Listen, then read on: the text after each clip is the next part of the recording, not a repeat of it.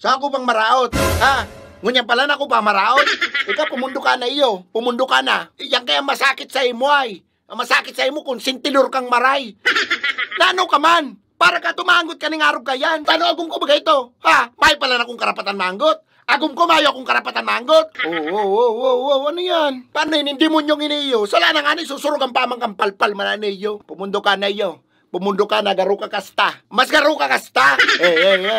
Pwede, relax. Relax lang ka mo. Ano na naman ba yan? Paano yun kulapos na niyo? Every time na masilos ako kay misis, susurugan man ka ng palpal man na niyo. Tanago mo to? Ha? Silos? Pati ito pag sisilusan mo, kakapay ang hayop na niyo.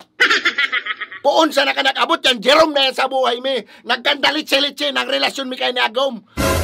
Jerome, isa na Jerome. May lalaki si Agom mo?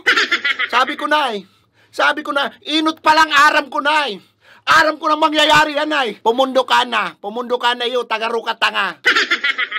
Si Say ba yung Jerome na yan na pinuputok ang butsi ka na iyo? Aram mo kung si Say yung Jerome na pigsisilusan kang kapay na Si Say man, si Aki niyang minawan niya old pa sana.